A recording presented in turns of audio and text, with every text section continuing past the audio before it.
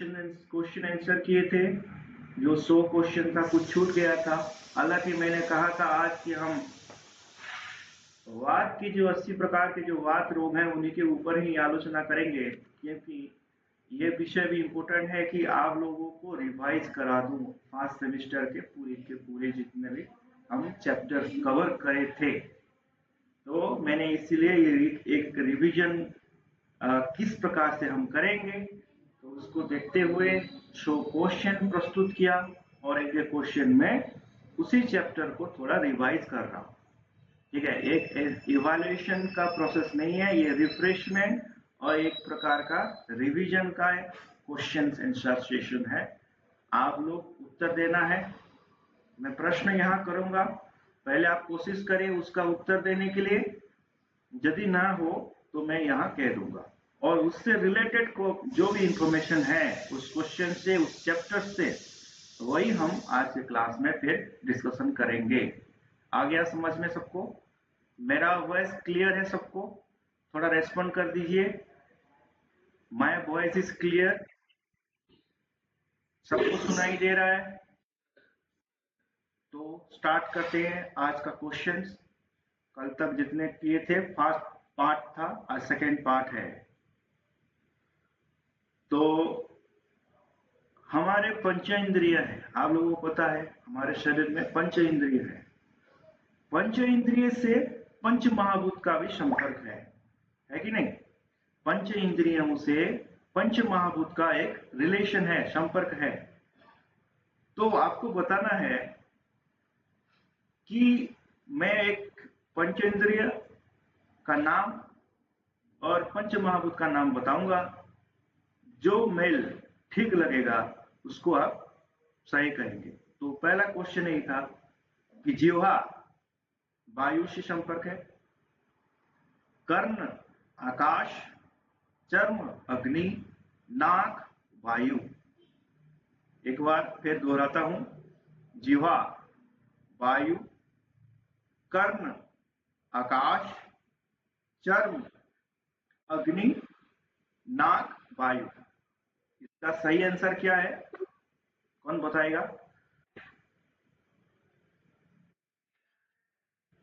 जी सविता जी, अब अपना video on करना, वीडियो ऑन कर जी। हाँ, अब बताइए कर्ण, कर्ण आकाश, बिल्कुल सही है। सबको पता था ये उत्तर? सबको पता था? कर्ण में, कर्ण मतलब जो कान है वो आकाश महाभूत का स्थान है। मतलब एक क्षेत्र वात का क्षेत्र में आता है। मैंने बहुत बार आप सब लोगों को कहा था कि वायु जो है कर्ण से ही भीतर प्रवेश लेता है, नाक से तो लेता है, लेकिन कर्ण है इसका और एक रास्ता जहां प्रवेश करता है। इसीलिए जब हम बात को कंट्रोल करेंगे, ऐसा सोचेंगे तो कैसा करेंगे? कान में तेल डालना पड़ता है। देखो, बहुत बड़ा लॉजिक है और बहुत बड़ा साइंस है। ठीक है, कि जिस भी मरीज को आप देखेंगे कि इसका वात बढ़ गया है तो पहला काम करना पड़ेगा आपको कि उसका कान में तेल डालना है, लुब्रिकेशन होना चाहिए। देखो प्रकृति, जब हम छोटे बच्चे देखेंगे, जितने भी छोटे बच्चे मतलब किस्म है, उनके कान में ऑयलीनेस रहता है, तेल आता है, निकलता है, गम जिसको कहते हैं, इस प्रकार का मैला निकलता है। तो देखेंगे उसमें ऑयल ऑयल ऑटोमेटिकली पाया जाता है। ये प्रकृति का व्यवस्था है।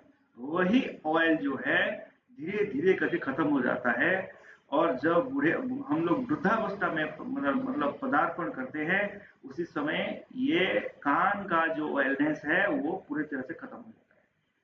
क्यों? इसका मेन कारण है बच्चों में कफ का प्राधान्यता ज्यादा दिखाई देता है, बूढ़े बुजुर्ग लोगों में वात का है। तो ये जो ऑयल है ये क्या करता है? कान को प्रोटेक्ट करता है और वात को क्षम रखता है, मतलब वात को बढ़ने नहीं देता। ठीक है। यदि आप जीवन में मतलब अधिक दिन तक जीना चाहते हैं, आयुष्मान बनना चाहते हैं या आयुष्मती बनना चाहती हैं, तो आपको क्या करना पड़ेगा, कान में हफ्ते में कम से कम 3-4 दिन या पूरी दिन यदि करोगे और अच्छा है, 7 दिन में पूरी 7 दिन कान में तेल डालना है। इससे क्या होता है, तेल कोई भी तेल आप डालो, सरसों का, तिल का, नारियल का, घी भी डाल सकते हो, ठीक है। लेकिन रोग के हिसाब से अलग अलग होंगे। वात को कंट्रोल करने के लिए कोई भी तेल आप डाल सकते हो। आ गया समझ में? किसी कर्ण का अनेक प्रकार के रोग होते हैं, उन्हीं रोगों को ठीक करने के लिए अलग अलग प्रकार का भी तेल यूज किया जाता है। लेकिन अभी कर्ण के रोगों के बारे में हम बात नहीं कर रहे हैं, हम बात कर रहे हैं वात को कैसे कंट्रोल करेंगे, क्योंकि कर्ण में आकाश का स्थान और आकाश जो महाभूत है वात से रिलेटेड है कि नहीं? तो किसी भी मरीज को, इवन इफ जब किसी का ज्वर को भी आपको ठीक करना है, तो देखना है यदि उस ज्वर 7-8 दिन तक चल रहा है और ठीक नहीं हो रहा है, तो कान में तेल डालना भी पड़ सकता है। क्यों? क्योंकि वो बात के श्रेणी में आ गया है, ठीक है। जब किसी भी मरीज थोड़ा डिस्टेंस मतलब बहुत दिनों तक वो रोग में ग्रसित होते हुए पाया जाए, तो जान लो वो बात के श्रेणी में आ रहा है। ये एक फंडामेंटल रूल है। तो इसीलिए भी कान में तेल डालना जरूरी है। कान में तेल डालने से क्या होता है, जो हेयर है झड़ता नहीं है, पकता नहीं है। कान से रिलेशन है हेयर का, ठीक है। और श्रवणेंद्रिय मतलब क्या, हम सुनाई देना, मतलब कंप्लीटली हमारा जो मतलब जब हम 60-70 का भी हो जाएंगे तो हमारा कान पूरी तरह से ठीक से काम करेगा, जब हम ठीक से इसको लुब्रिकेशन देंगे, ठीक है। तो ये इस ऐसे बहुत ही मतलब नियम है। और जो महिलाएं हैं जो प्रसूति के बाद, उनको तो निरंतर कान में तेल डालना है। क्यों? इसीलिए क्योंकि उनका जो गर्भ था, जो खाली रह गया था, उन्हीं स्थान को वो फिलअप कर देगा वायु। तो उसको रोकने के लिए कान में तेल डालना जरूरी है। मधुमेह का रोगी, मधुमेह का जितने भी रोगी हैं, उनको बहुत पसीना आती है और वो लोग क्या करते हैं, एसी कूलर में पूरी डायरेक्टली सोते हैं, तो ये रोग और बढ़ता है, खत्म नहीं होता है। इंसुलिन के वजह से ही शरीर चलता है, ठीक है। बाहर एक्सटर्नली इंसुलिन लेना पड़ता है, दवाई के फॉर्म में, इंजेक्शन के फॉर्म में। तो ये ठीक हो सकता है यदि कान में हम तेल डालेंगे। आ गया समझ में? एक्स्ट्रा इंफॉर्मेशन जो जरूरी है सभी बच्चों को जानना, कान में तेल डालना कितना जरूरी है। आप बहुत समय तक जवान रह सकते हो कान में तेल डालकर। आप बहुत सारे लोग इसको हंसेंगे, लेकिन ये पूरी तरह से मतलब आयुर्वेद संगत है। नेक्स्ट क्वेश्चन,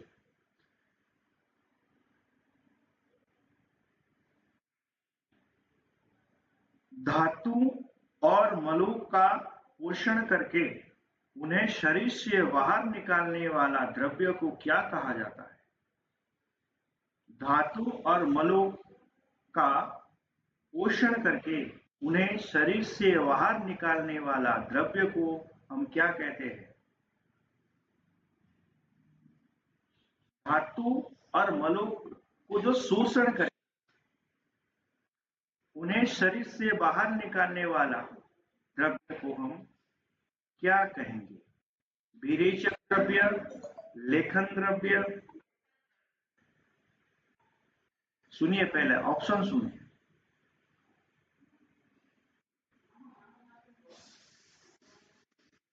विरेचक द्रव्य,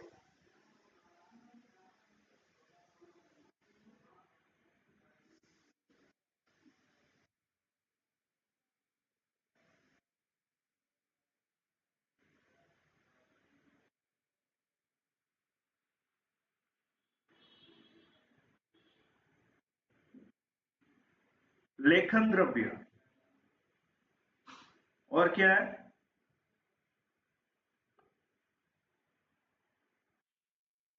विरेचक द्रव्य, लेखन द्रव्य, और कुछ रह गया था, मेरा यहां कट गया।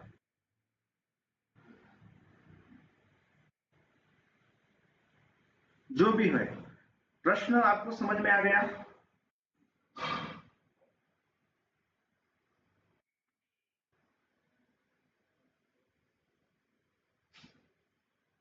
संचरण द्रव्य और ग्राही द्रव्य, 4 ऑप्शन थे, तो इसका राइट आंसर क्या है?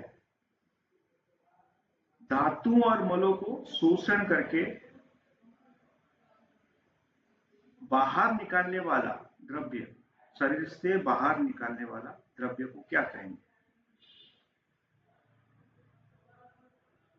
लेखन, विरेचक, संचरण, ग्राही, 4 ऑप्शन है। ये बहुत इंपॉर्टेंट क्वेश्चन है, इसमें कंफ्यूजन वाला भी है चीज, ठीक है, इसीलिए मैंने इस कंफ्यूजन को देखते हुए प्रश्न को बनाया था। देखो यहाँ विरेचक भी हो सकता है क्योंकि ये बाहर निकालने वाला चीज है, ठीक है, और लेखन भी हो सकता है। लेखन मतलब क्या है? स्क्रैपिंग सब्सटेंस, स्क्रैप निकालना मतलब क्या? पूरा से धो डालो। तो इसका सही उत्तर क्या है? इसका सही उत्तर है लेखन द्रव्य। विरेचक द्रव्य इसीलिए नहीं होगा क्योंकि विरेचक द्रव्य में शोषण नहीं होता, ठीक है। और लेखन द्रव्य का काम क्या है? यदि आपकी चर्बी बढ़ गया है, आपके शरीर में चर्बी बढ़ गया है, पेट बढ़ जाता है, पेट बड़ा होता है कि नहीं सबका, जिनका भी चर्बी बढ़ जाता है, तो लेखन द्रव्य का ही सेवन करना है। कोई बता सकता है लेखन द्रव्य का उदाहरण? एनीबॉडी? लेखन द्रव्य का एक उदाहरण दीजिए। स्क्रैपिंग सब्सटेंस कोई दे सकता है क्या? शाक,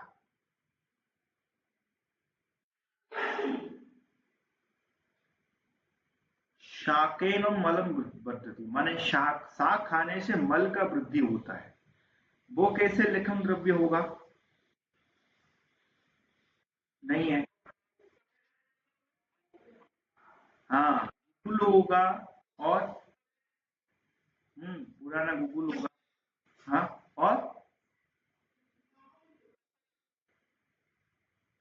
पपिया बहुत अच्छा एग्जाम्पल है, बहुत अच्छा एग्जाम्पल है।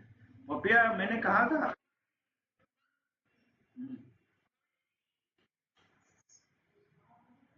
नीम भी हो सकता है, नीम भी पूरा स्क्रैप करता है? बहुत लोगों को पता है। नहीं नहीं, सबको पता है ये काम, सब लोग जान लो। मैंने उस समय एक अच्छा एग्जाम्पल दिया था, नीलगिरी फल, नीलगिरी का फल जानते हैं क्या? नीलगिरी का फल एक अच्छा स्क्रैपिंग सब्सटेंस है, लेखन द्रव्य है। और एक अच्छा उदाहरण दिया था मट्ठा, याद आ गया? मट्ठा, मट्ठा पीने से भी पूरे शरीर को, हाँ, ये जितने भी फैट्स होते हैं गलत, जो मतलब जो बैड कोलेस्ट्रॉल होते हैं, उसको निकालने के लिए बहुत अच्छा मेडिसिन है मट्ठा, ठीक है। दही नहीं, मट्ठा, घी बनने से पहले का जो लिक्विड, मट्ठा, बहुत अच्छा स्क्रैपिंग सिस्टम। और नीलगिरी का फल, ये भी अच्छा, किडनी के लिए सबसे अच्छा मेडिसिन है। किडनी का स्टोन हो गया, किडनी में सिस्ट हो गया, तो नीलगिरी का फल आप सेवन करें। कैसे करें? पानी में भिगोकर 10-12 घंटा भिगोकर उसका पानी पीने। हो गया सबको? समझ में आ गया? पुरुष अपेक्षा महिला अधिक धैर्यवान, सहिष्णु, सुंदर, बुद्धिमान होते हैं। इसका कारण क्या है? पुरुष अपेक्षा महिला अधिक धैर्यवान, सहिष्णु, सुंदर, बुद्धिमान होते हैं। सविता जी, सही है? पुरुष अपेक्षा महिलाएं अधिक बुद्धिमान होती हैं, अधिक सहिष्णु होती हैं, अधिक सुंदर भी होती हैं। ये सही है या गलत है? सही है। तो इसका कारण है, 4 ऑप्शन है। उनके शरीर में जल और अग्नि तत्व का प्राधान्यता ज्यादा रहता है। सेकंड, उनके शरीर में जल और पृथ्वी तत्व का प्राधान्यता ज्यादा रहता है। थर्ड है, उनके शरीर में वायु और अग्नि तत्व का प्राधान्यता ज्यादा रहता है। उनके शरीर में आकाश और वायु तत्व का प्राधान्यता ज्यादा रहता है। इजी क्वेश्चन है, पूरी तरह से इजी क्वेश्चन है। सब लोगों ने ठीक करे होंगे। बताओ, जल और पृथ्वी तत्व कब का, हाँ, कब कारक है, कब ही हमारे शरीर को मतलब सुंदर बनाता है।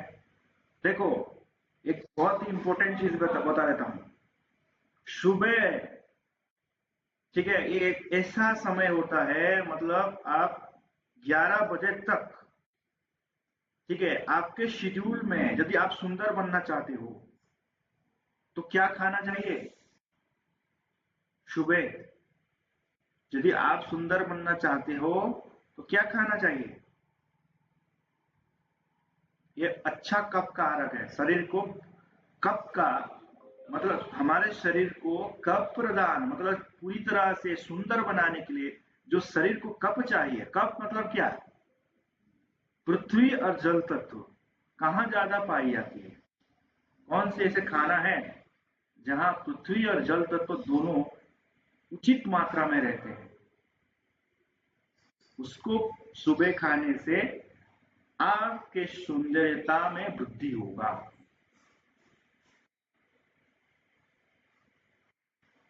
तो क्या खाएं? बहुत बड़ा वैज्ञानिक चीज है। आंखों में चश्मा हटा सकता है, चर्म को ग्लोइंग और मतलब पूरी तरह से सॉफ्ट, पूरा मुलायम और ग्लोइंग करा सकता है। तो क्या खाएं? क्या खाएं? आप लोग सब नोट डाउन करें। क्या खाएं सुबह? दिन का अभी मैं फिलहाल दिनचर्या के बारे में भी इनडायरेक्टली बता रहा हूँ। सुबह ऐसा क्या खाएं ताकि हमारे शरीर में सौंदर्य बरकरार रहे। Is it clear to all? क्या खाएं? यहाँ नहीं है, महिलाएं बहुत कम है, नहीं तो उनको पूछता। तो इसका सही उत्तर है फल। फल एक ऐसा चीज है जहाँ पृथ्वी तत्व और जल तत्व उचित मात्रा में रहते हैं और हमारे सौंदर्य के लिए यह बहुत ही बड़ा रोल प्ले करते हैं। इसलिए सुबह के समय फल से ही शुरुआत हो और फल ही खाएं। फल को गुरुत्व दे, हर रोज खाएं। ना मिले तो एक टमाटो खा लो, ना मिले तो एक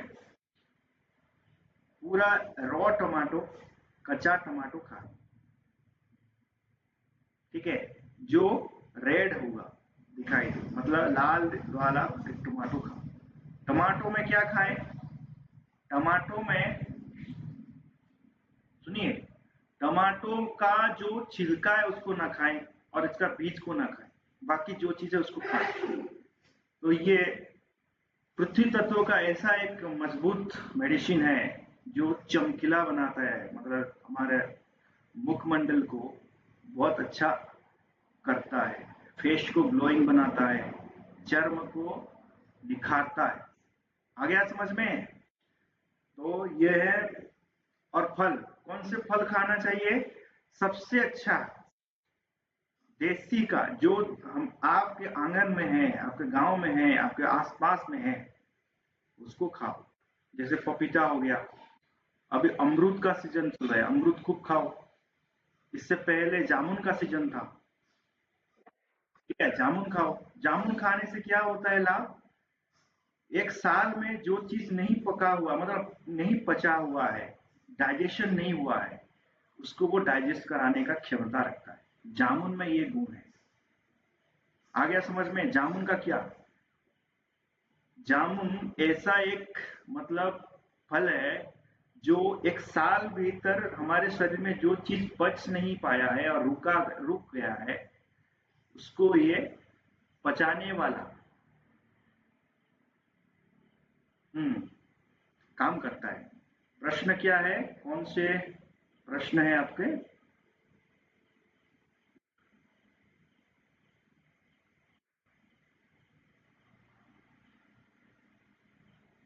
सीजन वाला फल, हाँ बिल्कुल, तुषारकांत में सीजन वाला फल, सीजनल फल ही खाएं हर हम हर समय, ठीक है। और सीजनल वाला फल सबसे सस्ती होती है। इससे पहले, जामुन से पहले क्या आया था?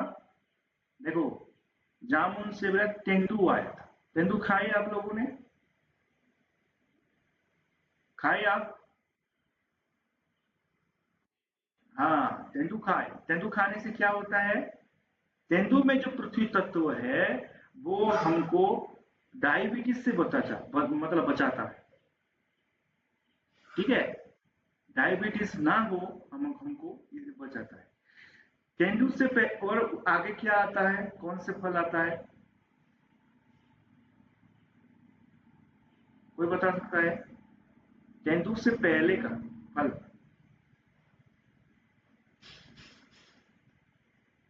प्रकृति ने दे रखी है। अब मैं इसीलिए डिस्कशन कर रहा हूं क्योंकि इसको खाना चाहिए। ये हमारे सौंदर्य को बढ़ाने का काम करती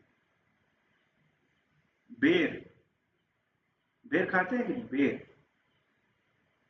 ठीक है। जो सबरी जो देती थी, मतलब राम भगवान को, वे, इसमें ऐसा एंटीऑक्सीडेंट तत्व है जो सबसे अच्छा पृथ्वी तत्व और जल तत्व को बैलेंस कराता है शरीर में, ठीक है। आप शीतकाल में आए तो आपको मिलेगा क्या? आंवला, खूब खाओ। आ गया समझ में? ये चीज क्यों मैं घुमा फिरा कर एक ही चीज कहना चाहता हूं कि सीजनल वाला फल खाओ। अभी जो सीजन चल रहा है अमरूद का है, अमरूद खूब खाओ। मिल जाता है सस्ते में, 10 रुपए में 1 किलो मिल जाता है, मार्केट में जाओ। एंटीऑक्सीडेंट से भरपूर है और हमको इम्यूनिटी भी प्रदान करता है। लेकिन बहुत सारे लोग क्या करते हैं, उसका छिलका को उतार कर खाते हैं। ऐसा ना खाएं, उसका छिलका सहित खाएं, ठीक है। आ गया समझ में? तो ये ऋतुचर्या दिनचर्या का थोड़ा मैं रिवाइज करा दिया। हमारा जो सुबह का समय है, कोई भी फल हो उससे शुरुआत करें तो अच्छा है। और एक चीज है, डायबिटीज वाले जितने भी पेशेंट हैं, यदि वो खाली पेट फल खाएंगे तो उनका डायबिटीज मतलब जो शुगर का लेवल वो गिर जाएगा, पूरी तरह से गिर जाएगा। और जो स्वस्थ व्यक्ति हैं वो खाली पेट ना खाएं, थोड़ा कुछ खाकर खाएं। क्योंकि फलों का, ये लोग क्या करते हैं, हमारे शरीर में जब जाते हैं, शरीर में जब फल जब प्रवेश होता है तो ये क्या करता है, अपना एनर्जी को खींचता है अपने आप। मतलब ये इतना मतलब एनर्जी रिक्वायर करता है डाइजेशन के लिए कि हमारे शरीर में बहुत सारे माइक्रोन्यूट्रिएंट को ये खींच लेता है। तो शरीर में शुगर का फल होता है। देखो, शुगर डाउन होता है, आपके ब्लड प्रेशर भी लो हो सकता है।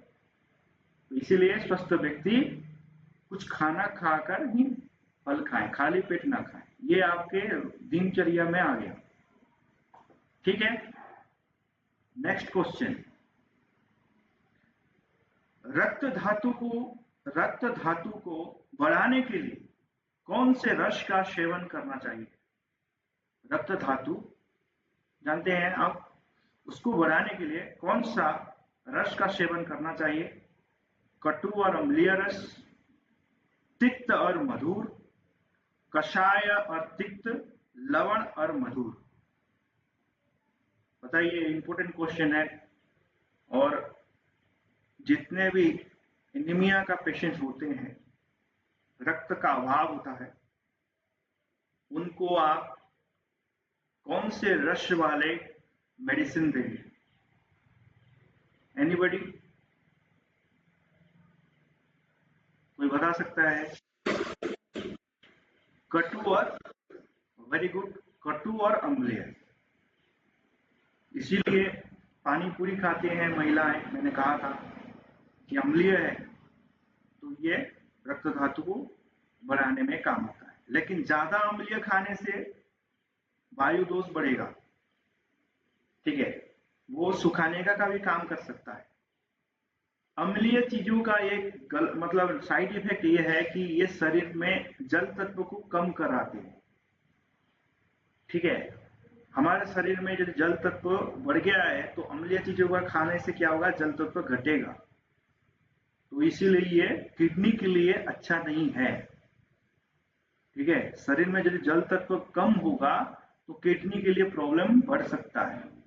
आ गया समझ में? और जो मैंने कहा कटु, कटु, कटु से क्या होता है? जठराग्नि तीव्र होता है। जब कटु तीव्र होगा, मतलब जठराग्नि तीव्र होगा तो रस धातु बनेगा, तीव्र जल्दी बनेगा। रस धातु जल्दी बनने से क्या होगा? नेक्स्ट धातु जो है रक्त धातु बन जाएगा। तो इसका साइंस को मतलब ठीक से समझो। रक्त धातु कैसे बनता है? रस धातु से। रस धातु कैसे बनेगा? जब हमारा जठराग्नि स्ट्रॉन्ग बनेगा, ठीक है। आ गया समझ में? नेक्स्ट क्वेश्चन,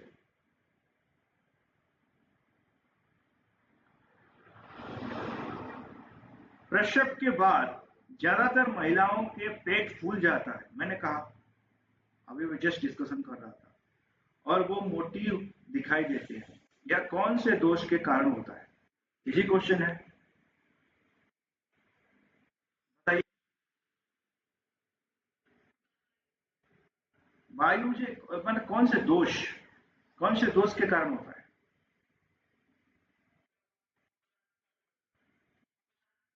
गिलय को आप जानते हैं? गिलय, गिलय, गिलोय को संस्कृत में क्या कहा जाता है? गिलय, अमृता कहते हैं। क्यों कहते हैं अमृता? अमृता क्यों कहते हैं? अमृता मतलब वहां कुछ अमृत वाला चीज होगा, होगा कि नहीं? गिलय आसानी से नहीं मरती। जो गिलय का जो पौधा है वो आसानी से नहीं खत्म होता है। आप उसको एक मतलब इसका जो स्टेम, इसका जो कांड है, उसको ले आओ, ऐसे ही मतलब अपने रूम में रख लो, वो नहीं मरेगी। उसका जो सेल्स हैं बिना पानी से भी जीवित रहते हैं। वायुमंडल से वो पानी एब्जॉर्ब करके, ठीक है, वो मतलब जीने का पूरी तरह से कोशिश करते हैं और अपना तेनिया को भी बढ़ाते हैं। इसलिए अमृता है। देखो, बहुत इंपॉर्टेंट चीज है। आप लोग बहुत भाग्यवान हो कि जो चीज जानने मतलब सुनने में पा रहे हो कि अमृत तत्व, इसके ऊपर ही खोज करना है। हर व्यक्ति को हमेशा अमृत के साथ ही काम करना है। कहां कहां अमृत का तत्व है, इसको यदि जान जाओगे ना, जीवन में ऐसा कोई पेशेंट ही आपके पास नहीं आएगा जिसका ट्रीटमेंट आप नहीं कर पाओगे। अमृत का तत्व अमृता दिखाता है, गिलय में है अमृत का तत्व। और कहाँ है? जितने ज्यादा कांटेदार चीज है प्रकृति ने उनको छुपा कर रखे। कांटेदार चीज जैसे एलोवेरा हो गया, कांटे है, भीतर अमृत है, ठीक है। सांप कहाँ रहती है? सांप कहाँ रहता है? कहाँ रहता है? उसका एक जगह है, सांप रहने का एक जगह है कि नहीं? ज्यादातर सांप वहां दिखाई देते हैं। उस जगह में भी अमृत का मतलब अमृत का संधान है। सप्तफेणी का नाम सुने हैं ना? सप्तफेणी, सप्तफेणी ये कांटेदार वृक्ष होता है, ठीक है? वो उसमें भी अमृत का तत्व है, ठीक है? बरगद का पेड़, बट वृक्ष अमृत से ही संपर्क रखता है, इसीलिए बट का कभी अंत नहीं होता। बट जो है वो अंतहीन है। कभी देखे हैं किसी बरगद का पेड़ कभी मरने के बारे में कभी किसी ने बताया आपको? बट वृक्ष, बरगद, बरगद का पेड़ को कभी देखे हैं कभी मरने वाले कोई ऐसा पेड़ बरगद का? ये कभी मृत्यु को प्राप्त नहीं होता। क्यों? ये भी अमृत से ही मतलब तो संपर्क रखता है, ठीक है? आ गया समझ में? और अमृत कहाँ है? गाय के पंचगव्य में अमृत है, इसीलिए वो सारे के सारे रोग को ठीक करने में समर्थ है। अमृत गाय के गोबर में अमृत है, गाय के दूध में अमृत है, गोमूत्र में अमृत है, इसका कोई साइड इफेक्ट नहीं है। जो चीज का कोई साइड इफेक्ट नहीं है वो अमृत ही है। तो गिलय को त्रिदोष नाशक माना गया है, ठीक है? जो बुखार के लिए सर्वश्रेष्ठ औषधि माना गया। गिलय से एक रिष्ट बनता है, उसका नाम क्या है? गिलय से एक रिष्ट बनता है, रिष्ट, रिष्ट जानते हैं? रिष्ट, अमृता रिष्ट, इसका उपयोग बुखार के लिए किया जाता है। हम बनाएंगे अमृता रिष्ट, कैसे बनाते हैं उसका प्रोसेस बताएंगे, ठीक है? बहुत टेस्टी होता है, गुड़ से बनता है, ठीक है? गुड़ और अमृता दोनों से बनता है। मैं बताऊंगा कैसे अमृता रिष्ट मतलब बनाएंगे बिना प्रिजर्वेटिव वाला। प्रिजर्वेटिव नहीं, प्रिजर्वेटिव मतलब क्या? सोडियम बेंजोएट यूज किया जाता है, वो नहीं। और भी बहुत सारे केमिकल आए हैं अभी, कैंसरस होते हैं, ठीक है? तो अमृता जो है आपको बताना है, प्रश्न ये है उसका रस क्या है? अमृता का रस क्या है? मधुर है, तिक्त है, अम्ल है, कटु है? रस, तिक्त, वेरी गुड। नेक्स्ट क्वेश्चन, वही अमृता के ऊपर क्वेश्चन, उसका गुण क्या है? गुरु है, लघु है, मृदु है, इनमें से कोई नहीं। गुरु है, लघु है, मृदु है, उनमें से कुछ नहीं। कभी आप गिलय को चबा चबा कर खाए हैं? किसी ने खाए हैं ऐसा? Anybody has eaten गिलय?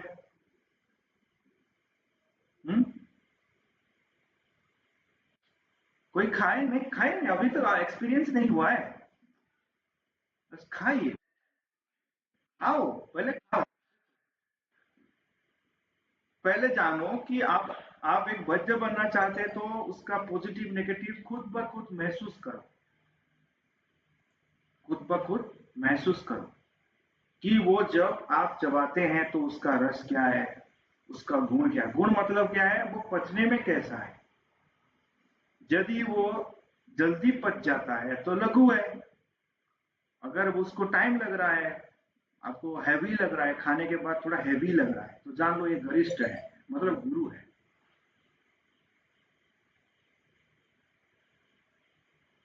क्या है नीलकंठ जी का प्रश्न है, क्यों ऐसा डिस्टर्ब कर रहे हैं? ठीक है, ओके। तो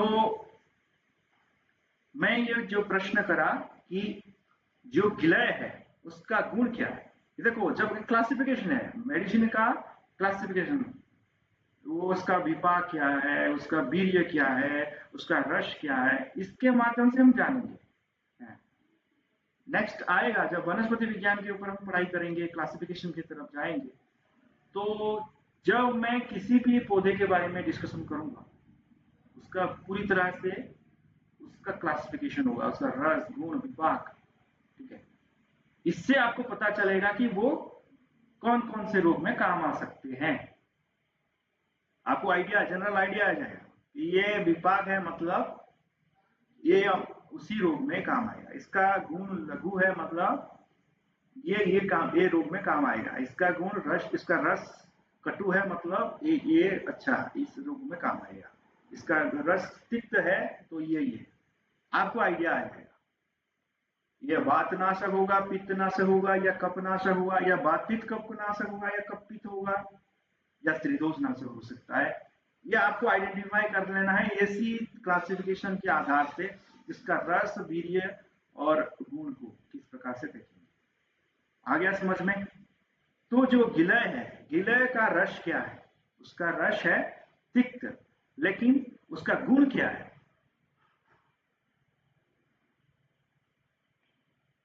बताइए। इम्पोर्टेंट पौधा है और मैं इसके बारे में भी पूरी तरह से डिटेल डिस्कशन करूंगा। गिलय इम्पोर्टेंट पौधा है। ब्लड में बहुत जल्दी परिवर्तन लाता है हमारे शरीर में। बहुत सारे, मैं अपने जीवन में बहुत ही कम मेडिसिन ऐसा देखा कि उसको खाते वक्त ही मतलब ब्लड के संरचना में परिवर्तन आ जाए। एक है पपीता का पत्ता जो जल्दी काम आता है शरीर के ब्लड के संरचना में। ये जल्दी प्रभाव देते हैं मतलब मिनटों में। और ये है गिलय। तो इसका गुण क्या है? जितेंद्र जी बताइए।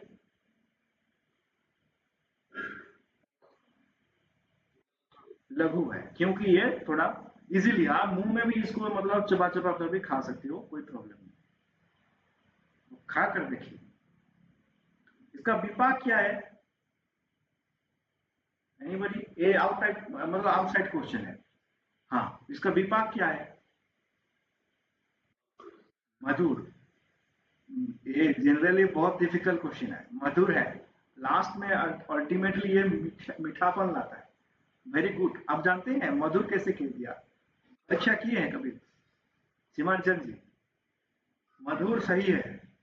मैं तो एक्सपेक्ट कर रहा था आप लोग कटु कहोगे। ठीक है, बहुत अच्छा है। नेक्स्ट, इसका वीर्य क्या है?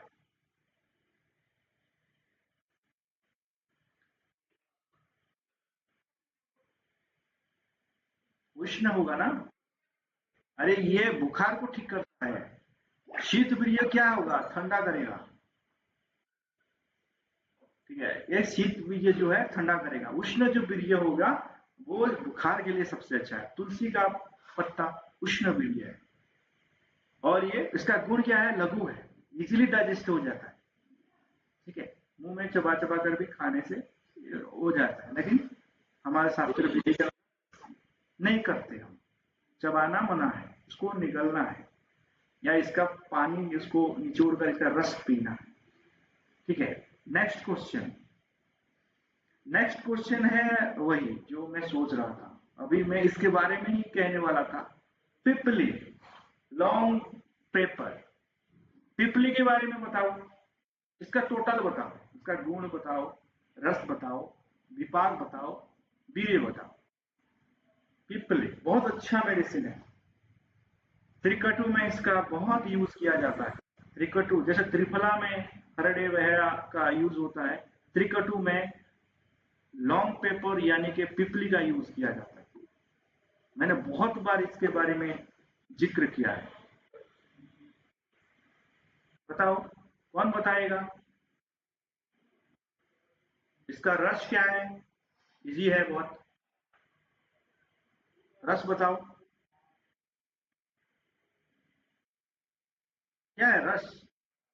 तिक्त है, कटु है, कषाय है, मधुर है?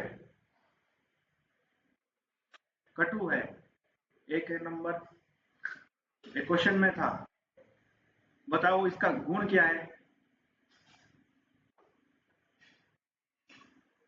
ये खुद खुद डाइजेशन के लिए काम आता है, खुद लघु है, ठीक है। इसका वीर्य क्या है? कटु है, मतलब जो चीज कटु है उसका वीर्य हमेशा क्या होगा? उष्ण रहेगा। देखो रस से पता चलेगा कि उसका वीर्य क्या होगा। यदि रस मधुर है तो वीर्य क्या होगा? शीतल होगा, ठीक है। हाँ, मधुर मधुर रस का वीर्य हमेशा शीतल होगा, ठंडा। ये कौन से रोग में? पित्तनाशक है, कफवर्धक, पित्तनाशक, ठीक है।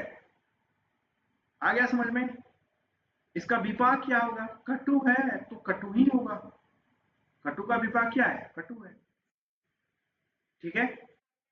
हाँ, कटु का विपाक कटु है। आ गया सबको समझ में? तो पिपली के बारे में, पिपली सबसे अच्छा कफनाशक है, सबसे अच्छा, दुनिया का फर्स्ट एड मेडिसिन यदि कोई है तो पिपली है। पिपली से नीचे सब कुछ है। इतना जल्दी असरदार, रक्त में यदि कफ बढ़ा हुआ है, जैसे डीसीटीएल से बढ़ा हुआ है, तो क्या करें? पीपली को पहले वाला जो आगे वाला दांत है आपके, उसको चबा चबा कर धीरे धीरे करके अपना सलाइवा जो सिक्रेशन है उसको बढ़ाता है और जो जठर अग्नि को तीव्र बनाता है। तो ये बहुत अच्छा कफ मेडिसिन है, कफ कारक है। कफवात में इसको यूज किया जाता है, कफवात में, ठीक है। जो भी जॉइंट्स पेन है या आपके शरीर में रक्त टीएलसी बढ़ने से, मतलब जो एशो होता है, एशो जानते हैं, एशो टाइटर, जो बढ़ने से, ठीक है, जो पेन होता है उसको पूरी तरह से एकदम कुछ ही समय में ठीक करने का कैपेसिटी रखता है पिपली, ठीक है। आप इसको आजमा कर देखो। नेक्स्ट क्वेश्चन है, निम्नलिखित में से कौन सा त्रिविध परीक्षा से संबंध है? नहीं है, नहीं है कहा गया। त्रिविध हमने डिस्कशन किया था, त्रिविध, षष्टविध, दशविधि, याद है कि नहीं सबको? कि जो वैद्य है वो रोगी का कौन कौन से विधि के माध्यम से वो परीक्षा करता है।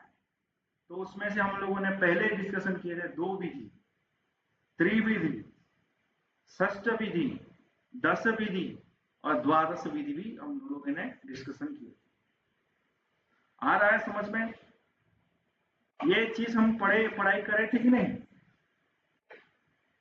हाँ, तो क्वेश्चन ये है कि जो त्रिविध परीक्षा होता है उनमें से कौन सा, ये जो नीचे वाला जो भी लिखा गया है कौन से रिलेटेड नहीं है? अनुमान, दर्शन, प्रश्न, स्वर्शन। त्रिविध में क्या क्या आते हैं बताओ? त्रिविध परीक्षा में क्या क्या आता है? स्पर्शन आता है, प्रश्न आता है, दर्शन आता है, अनुमान नहीं आता है। अनुमान कहाँ आता है? अनुमान कौन से विधि में आता है? अनुमान चिकित्सा। अब सब लोग भूल गए हो, बताओ ना। ऐसे करोगे? जी है।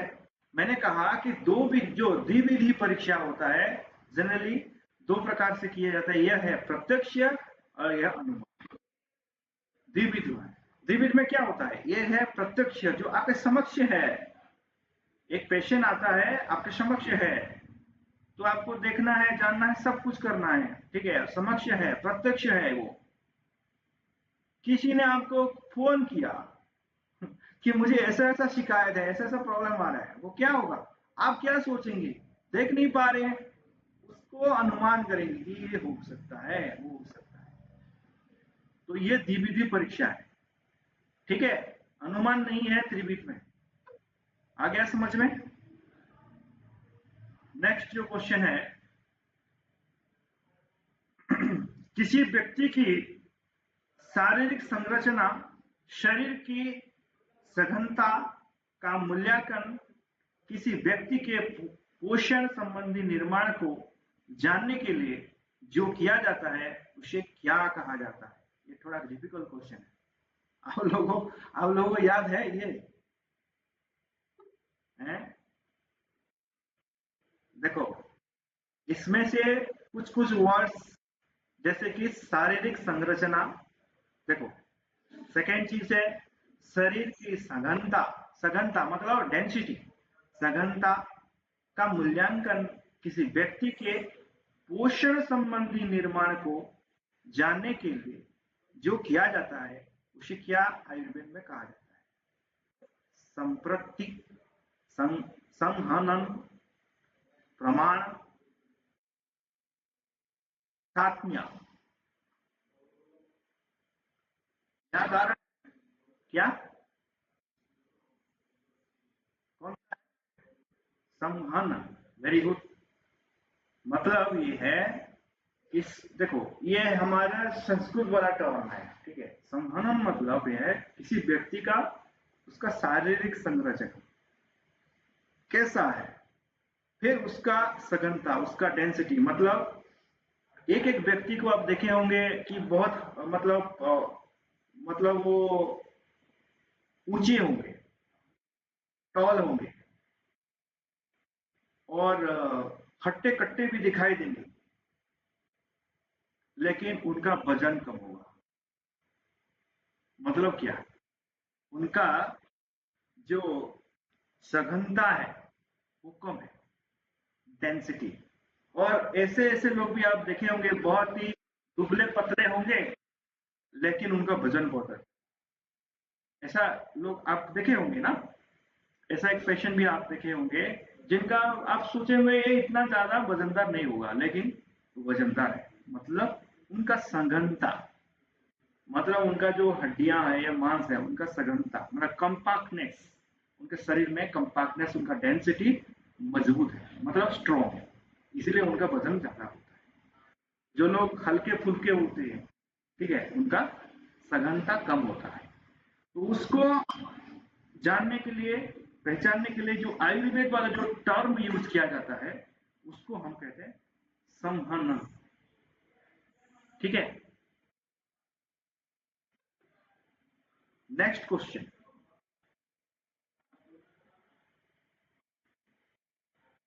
सेम एक प्रकार का ही क्वेश्चन है जो मैंने अभी बताया था। किसी व्यक्ति की किसी विशेष स्थान, भोजन, जलवायु आदि के प्रति अनुकूलता, अनुकूलता क्षमता शारीरिक और मानसिक दोनों तरह से रोगी का इलाज करने में मदद करती है, उसे आयुर्वेद में क्या कहा जाता है?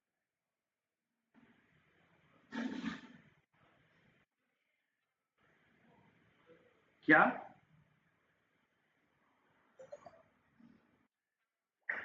सात्म्य। सात्म्य, सात्म्य मतलब रोगी का या व्यक्ति का रुचि क्या है, ठीक है। सात्म्य मतलब एक सिंपल भाषा में जानो तो उसका रुचि क्या है। रुचि मतलब उसको कौन से मतलब जलवायु पसंद आए, उसको उस मतलब उसका जो भोजन में उसको क्या पसंद है, उसको कौन से स्थान पसंद है, ठीक है, और उसका क्या अनुकूलता क्षमता है, उसका उसको कौन सा क्षमता में उसको जाना जा सकता है। दोनों प्रकार से, शारीरिक रूप से और मानसिक रूप से। तो इसको सात्म्य कहते हैं। आयुर्वेद में बहुत ही इंपॉर्टेंट वर्ड्स है सात्म्य। सात्म्य के ऊपर बहुत सारे रिसर्च होते हैं, हालांकि आप लोगों को पता नहीं। सात्म्य टर्मिनोलॉजी आपको याद है ना, मैंने बहुत बार इसको डिस्कशन किया था। सात्म्य, सात्म्य मतलब आप किसी व्यक्ति का रुचि क्या है, ठीक है, आग्रह क्या है, जलवायु से रिलेटेड, ठीक है, भोजन से रिलेटेड, स्थान से रिलेटेड, शारीरिक और मानसिक से रिलेटेड जो भी है उसको सात्म्य कहते हैं। आ गया समझ में? नेक्स्ट क्वेश्चन, सब थोड़ा रेस्पॉन्ड करें। Is it clear to all? सबको सुनाई दे रहा है? और अपने अपने वीडियो भी बंद करके रखे हैं। मैं कैसे देखूंगा आप लोग सुन पा रहे हैं, ठीक से रेस्पॉन्ड कर पा रहे हैं कि नहीं? आप लोग थोड़ा वीडियो ऑन करें। हम्म। अब नेक्स्ट क्वेश्चन है, किसी व्यक्ति के दांत की संख्या स्वाभाविक रूप से ज्यादा है, तो ये कौन से कारण से हुआ है? बहुत इजी क्वेश्चन है। देखे होंगे आप बहुत सारे जो लोग हैं या बच्चे लोगों में देखे होंगे, दांत के ऊपर दांत हो जाता है, होता है कि नहीं? पूरा राक्षस जैसा दांत, यहाँ एक है तो उसके पास में एक हो गया। तो ये क्या है, ये क्यों होता है? उसका ऑप्शन है, अस्थि धातु के मल ज्यादा हुआ है, मज्जा धातु के मल ज्यादा हुआ है, अस्थि धातु ज्यादा बन रहा है, अस्थि धातु कम बन रहा है। आ गया समझ में क्वेश्चन? बहुत सारे जो बच्चे लोग या अनेक लोगों में आप देखे होंगे, उनका दांत के ऊपर दांत या बहुत एक जगह में बहुत सारे दांत हो जाता है, अस्वाभाविक संख्या बढ़ जाता है, दांतों का संख्या भी अस्वाभाविक बढ़ जाता है, ज्यादा होता है। तो इसका कारण क्या है? अस्थि धातु से तो संबंध है, लेकिन प्रश्न ये है कि अस्थि धातु के जो मल है वो ज्यादा होता है इसीलिए होता है, मज्जा धातु का जो मल है ये जो बढ़ जाता है तो इसलिए होता है, अस्थि धातु ज्यादा बन रहा है तो ये हो सकता है, या अस्थि धातु कम बन रहा है तो ये हो सकता है। इसका कारण क्या है?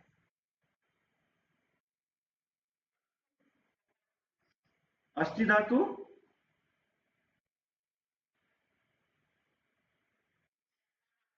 हाँ अस्थि धातु जब ज्यादा बनता है, देखो यहाँ थोड़ा कंफ्यूज किया हूँ, अस्थि धातु का मल के बारे में कोई रिलेशन नहीं है धातु से, ठीक है? मल से रिलेशन है कहाँ? यदि, हाँ यदि आपका हेयर बहुत बढ़ रहा है, आपके शरीर में यदि हेयर पूरा कंपाक्ट है, ज्यादा बढ़ रहा है, नाखून तीव्र बढ़ रहा है, तो क्या होगा? अस्थि धातु का मल बढ़ रहा है, ठीक है? हेयर ज्यादा जल्दी बढ़ता है, बहुत सारे लोगों को देखे होंगे उनका हेयर जल्दी बढ़ जाता है, इसका कारण क्या है? मल, अस्थि धातु का जो मल है उसका मल बढ़ रहा है। अनचाहे वाल, शरीर में अनचाहे वाल होते हैं, ठीक है? जहां नहीं होना चाहिए वाल वहां भी वाल होते हैं, इसका भी कारण ये है, अस्थि धातु का मल बढ़ रहा है, नाखून तेजी से बढ़ेगा, जानोगे तो ये अस्थि धातु का मल से ही रिलेशन रख रहा है। नेक्स्ट क्वेश्चन, शुक्र धातु कितने दिनों में बनता है? इजी क्वेश्चन है, बताओ। 20 से 25, 10 से 15, 15 से 20, 25 से 30।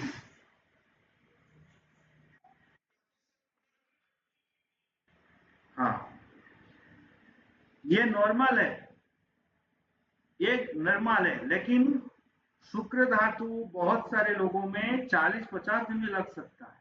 क्यों? क्योंकि वो कमजोर होंगे, जो कमजोर बॉडी होंगे उनका शरीर में शुक्र धातु भी लेट से बनता है, लेकिन जो आम कैलकुलेशन है, जो नॉर्मल कैलकुलेशन है, वो 25 से 30 दिन, मतलब एक महीने में शुक्र धातु बनता है। जो खाना हम खाते हैं आज, वो खाना 30 दिन में तब्दील होता है शुक्र धातु, 25 से 30 दिन। इसका कैलकुलेशन मैंने बता दिया था, किसी को याद है इसका कैलकुलेशन? इसका जो कैलकुलेशन है किसी को याद है कितना कितना दिन लगता है? पहले बताओ। हम्म, कितना समय लगता है खाना को रस धातु में कन्वर्ट होने में? कितना टाइम लगता है? हम जो खाना खाते हैं उसको रस धातु में कन्वर्ट होने में कितना टाइम लगता है?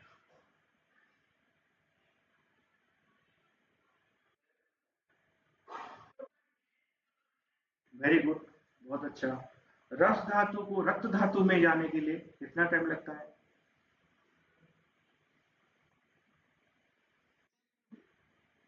मिनिमम 3 दिन, मैक्सिमम मैक्सिमम कितना?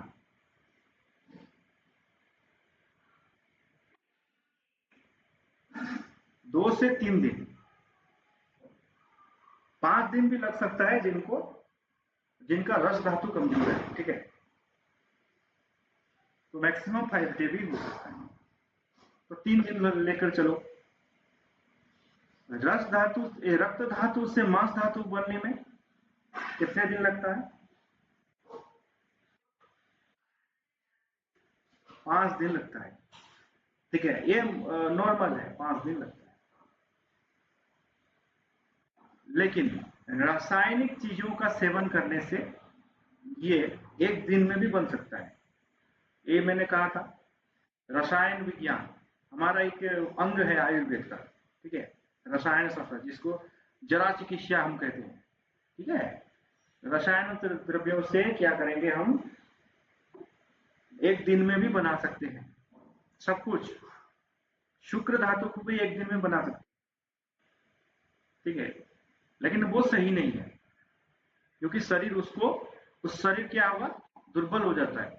रसायन चीजों का साइड इफेक्ट है ना, इसलिए। तो नेक्स्ट जो है, मांस धातु से मेद धातु में जाने के लिए 5 दिन लगता है। मेद धातु से फिर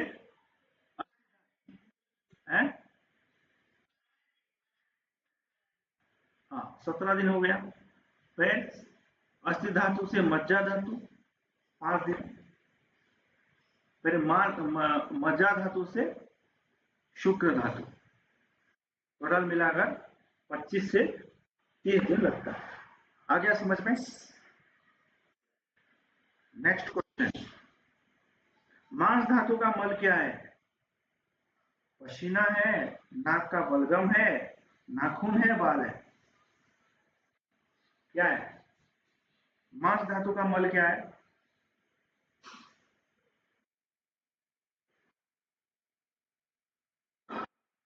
मांस धातु का मल क्या है?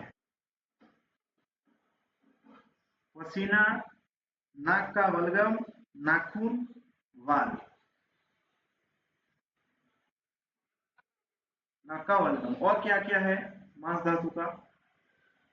अभी अभी मैंने कहा था, कान का जो मल, नेत्र का भी मल, कान का भी मल, ठीक है, ये सारे। मज्जा धातु का मल क्या है? मज्जा जो धातु का मल क्या है? हैं? बहुत डिफिकल्ट क्वेश्चन है। मज्जा धातु का मल क्या है? मैंने कहा था, हाँ हाँ, पुरुष में जो स्नेह होता है, वो चिकनापन, ये ज्यादा चिकनापन हो रहा है, मतलब क्या है, देखे होंगे, चिपकता है, मल चिपकता है, मतलब जिसको म्यूकस टाइप का होता है, चिपकता है और दुर्गंध आता है। ये है क्या? मज्जा धातु का मल।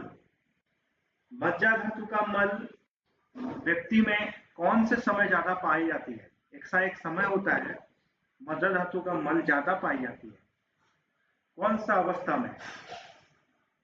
बाल अवस्था, किशोर अवस्था, यौवन अवस्था, पूर्ण अवस्था, या वृद्धावस्था? कोई बता सकता है? मैंने कहा था वृद्धावस्था में सबसे कम होता है मज्जा धातु का मल, सबसे कम। किशोरावस्था, नहीं नहीं, जवान अवस्था में भी नहीं, किशोरावस्था। इसीलिए किशोरावस्था में स्किन में देखे होंगे व्रण होता है, मतलब एक्टिन होता है, ठीक है। हाँ, एक्टिन होता है, व्रण जिसको कहते हो, ठीक है। आ गया समझ में? ये मज्जा धातु से बढ़ने से रक्त मैला हो जाता है, और ये होता है। आ गया समझ में? इसको मैंने डिस्कशन किया था, आप सब लोग भूल गए हो। मैंने कहा था, उसका एग्जाम्पल भी दिया था। नेक्स्ट क्वेश्चन है, अरे मैं तो अभी अभी जस्ट किशोर अवस्था में जो मुख पर पिंपल होता है वो कौन सी धातु का मल होता है? अभी अभी जस्ट कहा, क्या है? मज्जा धातु का मल। मैंने कहा था। हाँ, मज्जा धातु का मल बढ़ गया है तो क्या करोगे? कैसे उसको ठीक करोगे?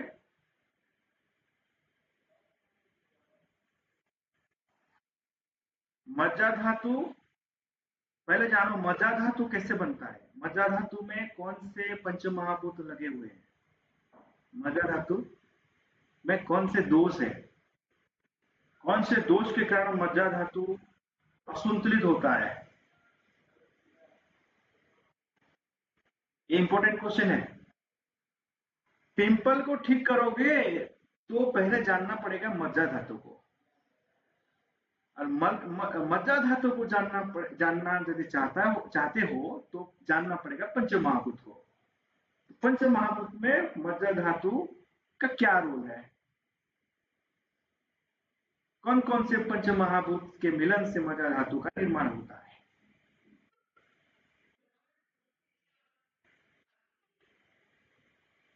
जल, पृथ्वी और अग्नि।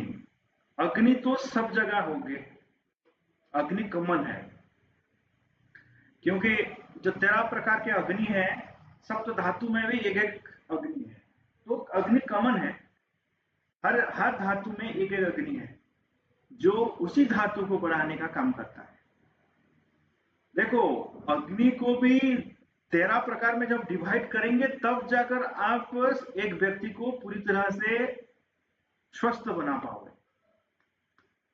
ये पोषण का जब हम विज्ञान, मतलब जब पोषण का विज्ञान पढ़ाई करेंगे तब ये अग्नियों का रोल आता है। जैसे कि किसी के शरीर में रक्त का कमी है क्योंकि उसके शरीर में रक्त धातु का अग्नि कम है। किसी के हड्डियां कमजोर है, इसका मतलब यह है कि उसके शरीर में अस्थि धातु का अग्नि कम है। अस्थि धातु का अग्नि कम है।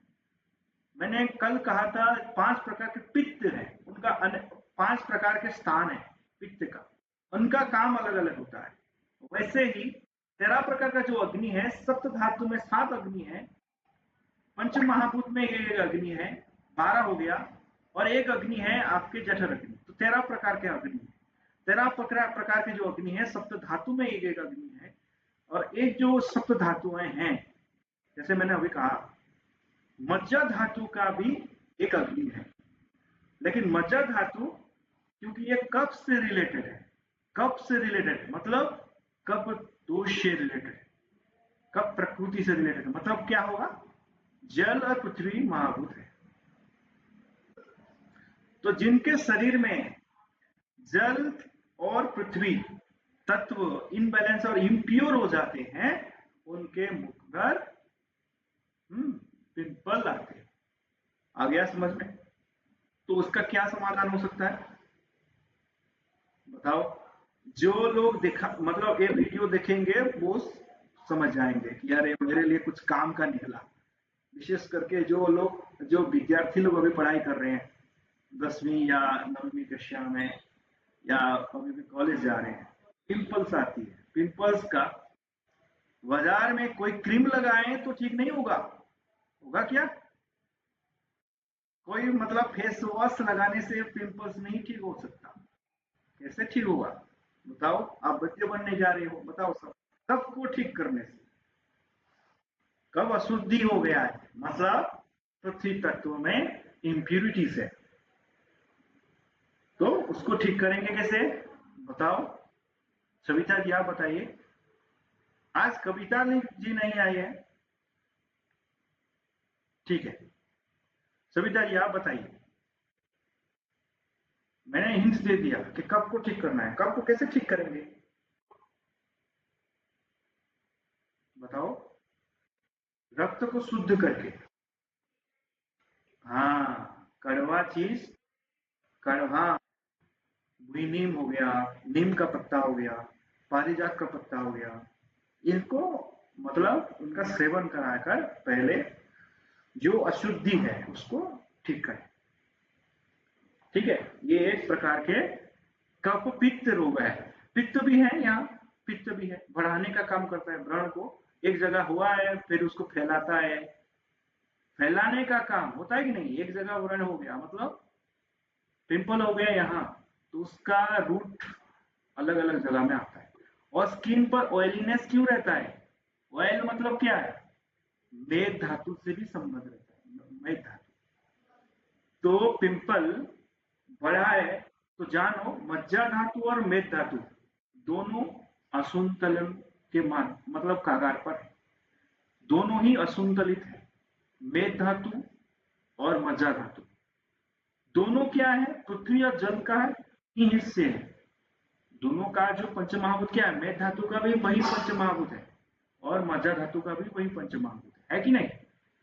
तो दोनों के लिए सबसे अच्छा जो कड़वा चीज है, तिक्त तिक्त पदार्थों का सेवन से ये पूरी तरह से ठीक होगा। आ गया समझ में? और बाहर में जैसे आप लगाएं कोई फेस वॉश हो गया ये वाले, ठीक नहीं होंगे। रक्त में प्रॉब्लम है, मेद धातु में प्रॉब्लम है, मज्जा धातु में प्रॉब्लम है।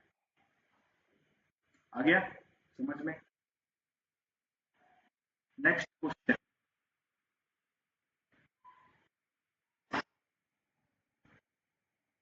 हाँ, निम्नलिखित कौन से धातु के बढ़ने से कामुकता के भाव आते हैं? ये इजी है। काम से मतलब शुक्र धातु, इजी है, सबको पता होगा। नेक्स्ट क्वेश्चन, मेद धातु का काम क्या होता है? मेद धातु का काम क्या होता है? पहला ऑप्शन, मांस धातु को पोषण देता है, रक्त धातु को पोषण देता है, रस धातु को पोषण देता है, मज्जा धातु को पोषण देता है। क्या है बताइए? मेद धातु, मेद धातु किसको पोषण देता है? एक के बाद एक रस के साथ काउंट कर लो, कौन किसको पोषण देता है। रस का आगे जो होगा उसको से वो पोषण देगा, रक्त से आगे जो होगा उसको वो पोषण देगा। तो मैथ का आगे क्या है?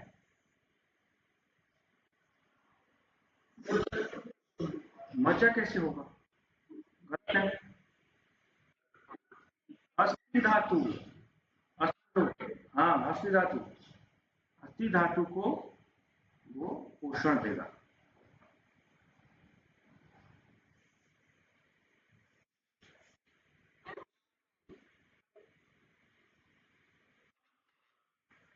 ऑप्शन नहीं है तो ये मज्जा धातु ही होगा।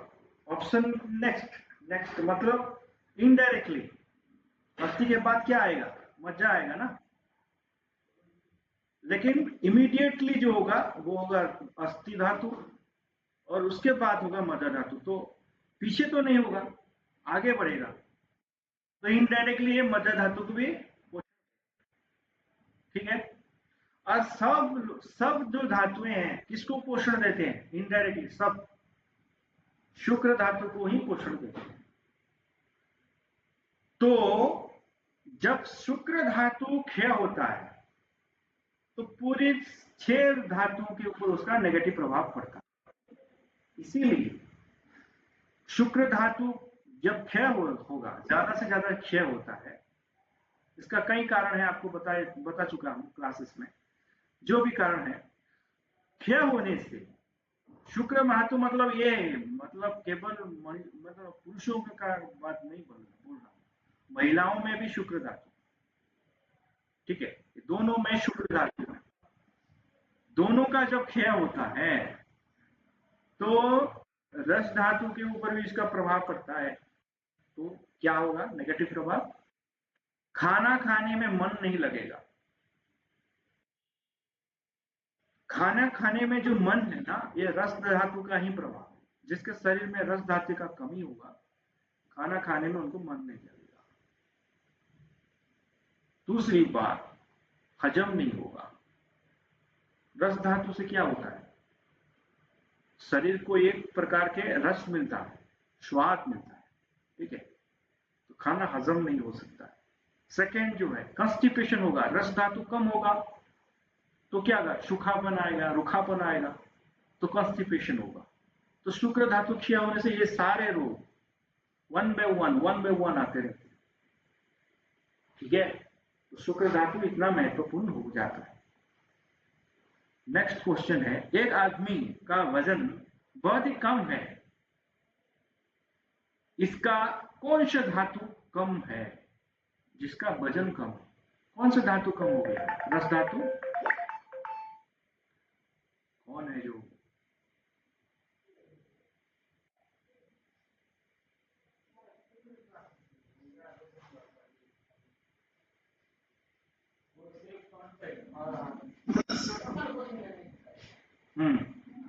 मांस धातु, यदि जिसके शरीर में मांस धातु कम हो जाती है, हाँ, वो ना केवल दुबले पतले होते हैं बल्कि उनका वजन भी घट जाता है।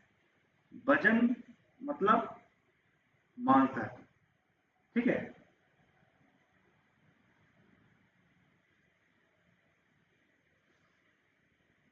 देखो मैंने एक एग्जांपल दिया था, नीम का पत्ता भी मतलब तिक्त है और पारिजात का भी पत्ता तिक्त है, एग्जांपल दिया था।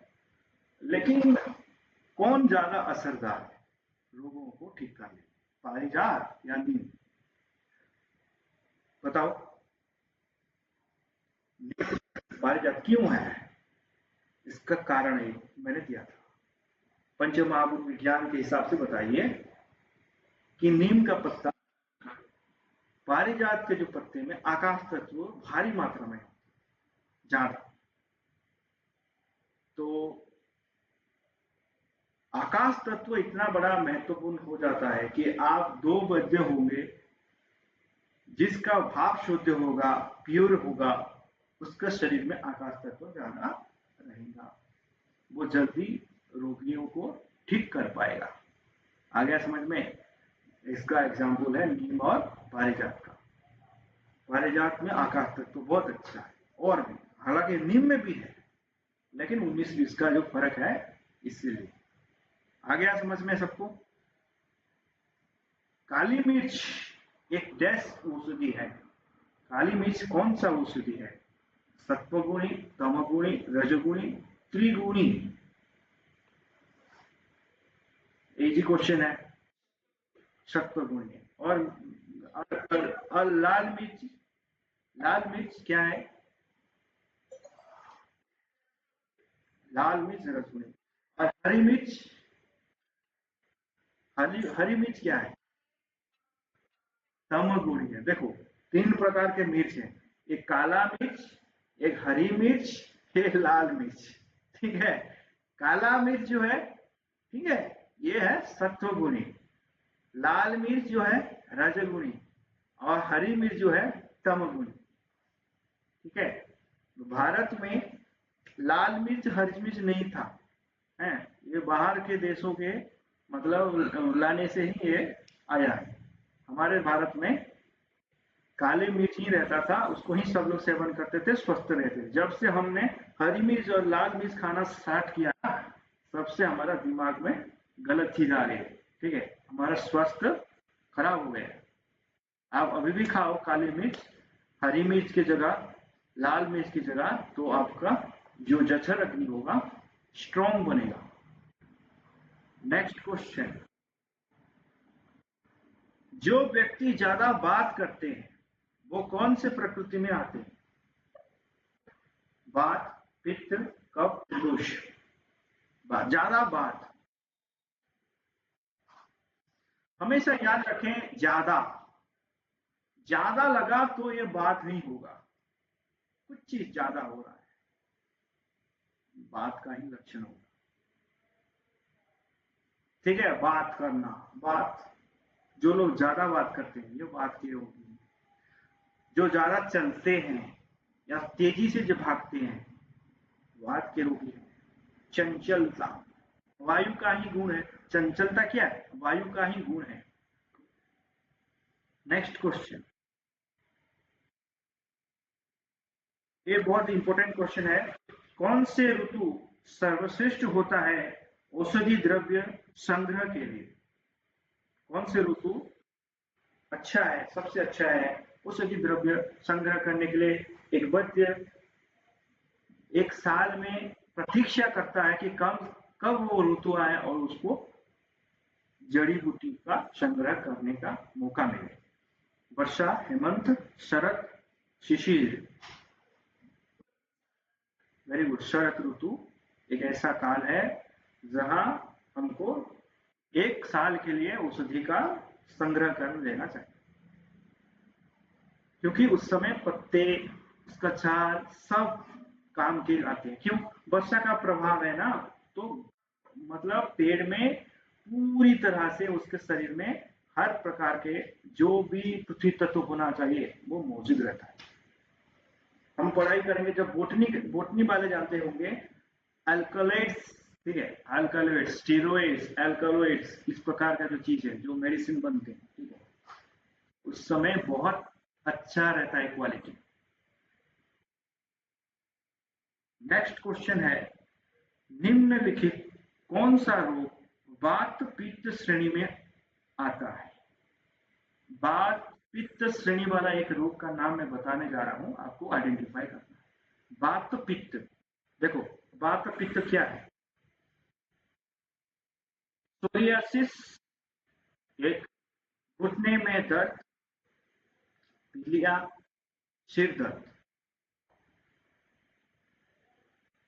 सोरियासिस, घुटने में दर्द, पीलिया, सिर दर्द।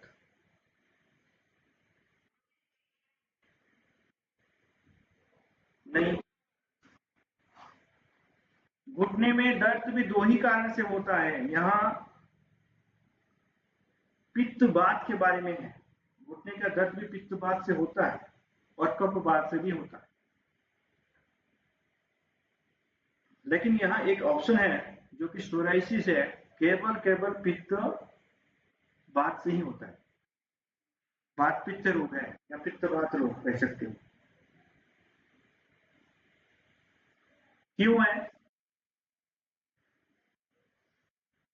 कल मैंने बताया था कि जो राजक पित्त होता है चर्म के लिए दायी है, उत्तरदायी है, और वात जो है ड्राइनेस के लिए दायी है। तो जो सोराइसिस है उसमें क्या होता है कि चर्म का ऊपरी हिस्सा वो पूरा, उसका जो स्केल, उसका स्केल डिस्केलिंग होता है।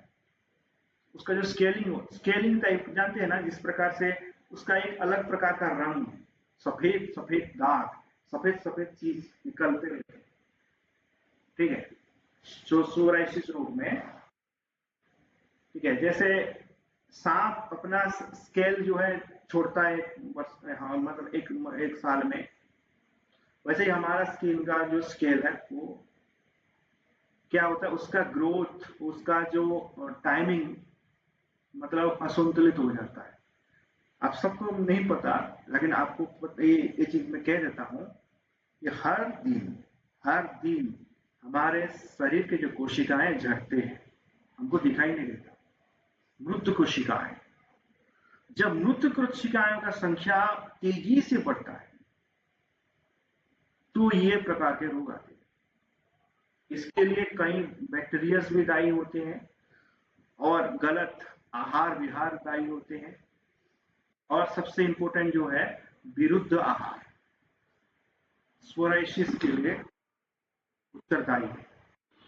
तो ये इनबैलेंस ऑफ पित्त और वात दोनों से ही होता है।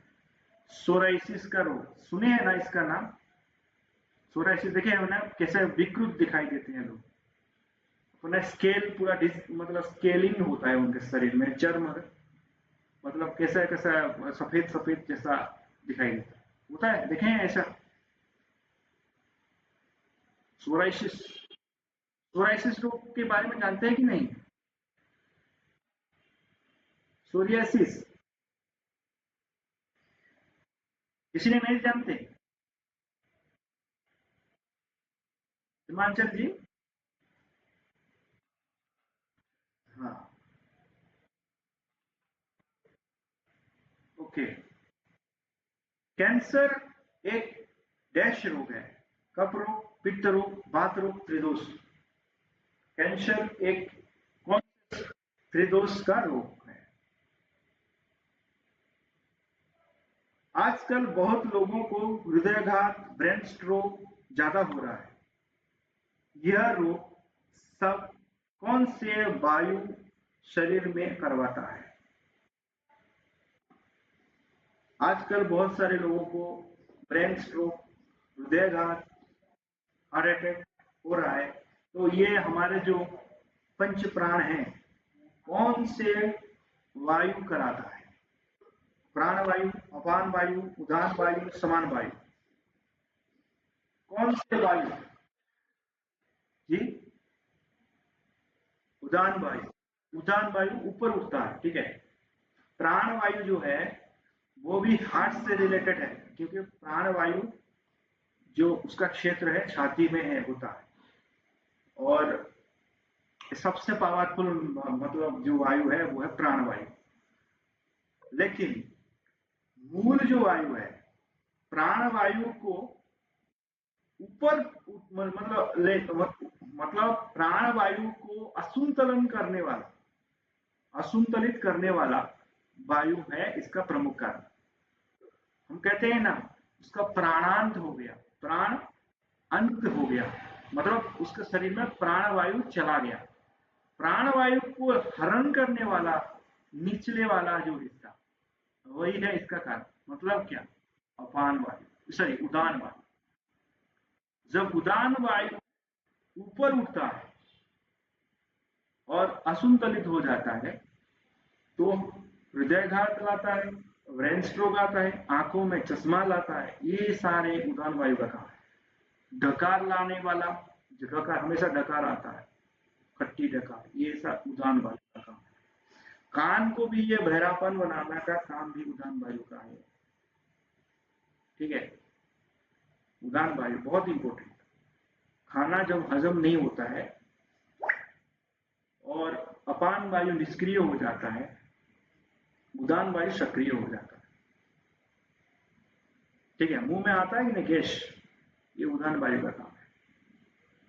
ये भी नहीं, जो दांत में जो पीड़ा होता है ये भी उदान वायु से होता है, ठीक है। वात के जो रोग है ना, पंच प्राण, पंच वायु मतलब 5 जो प्रकार के जो वायु हैं, इनसे भी हम जिस प्रति क्लासिफाई करेंगे 80 प्रकार के रोग आएंगे कि ये रोग इसी वायु का ही काम है।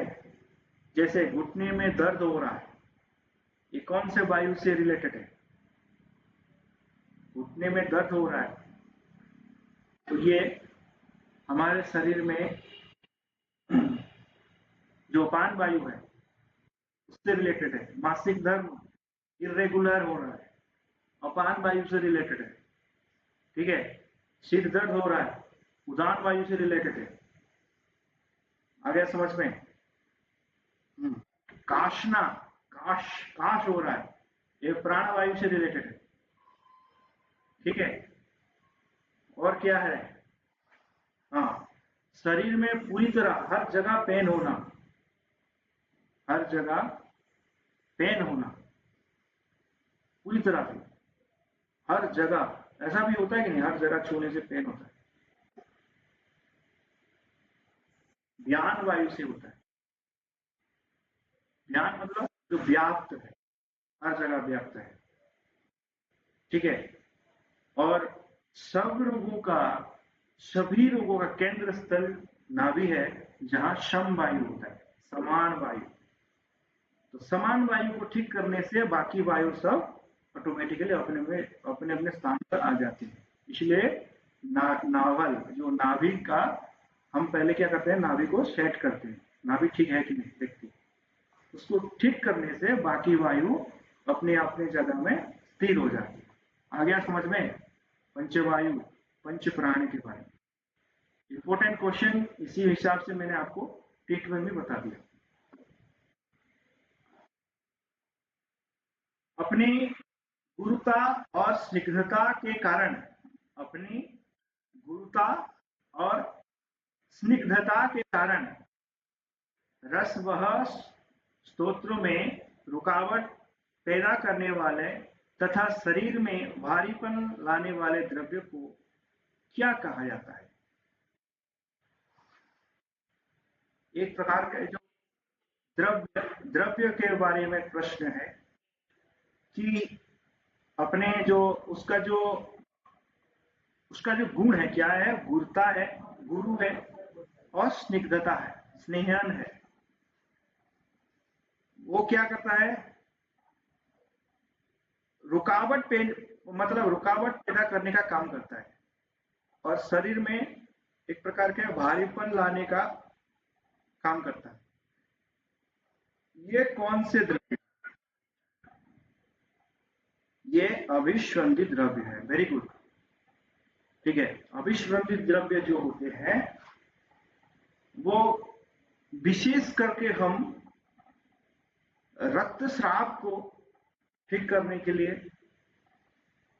और जो लोग दुबले पतले हैं उनको थोड़ा मोटा बनाने के लिए ये यूज किया जाता है। मासिक धर्म ज्यादा होने से उसको ठीक करने के लिए अभिस्वंदित द्रव्य का प्रयोग करते हैं।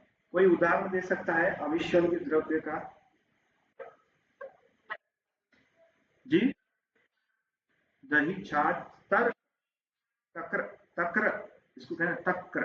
तक्र अष्टांग हृदय में एक वर्ग है, तक्र वर्ग। तक्र अभिस्वंदित द्रव्य, बहुत अच्छा है।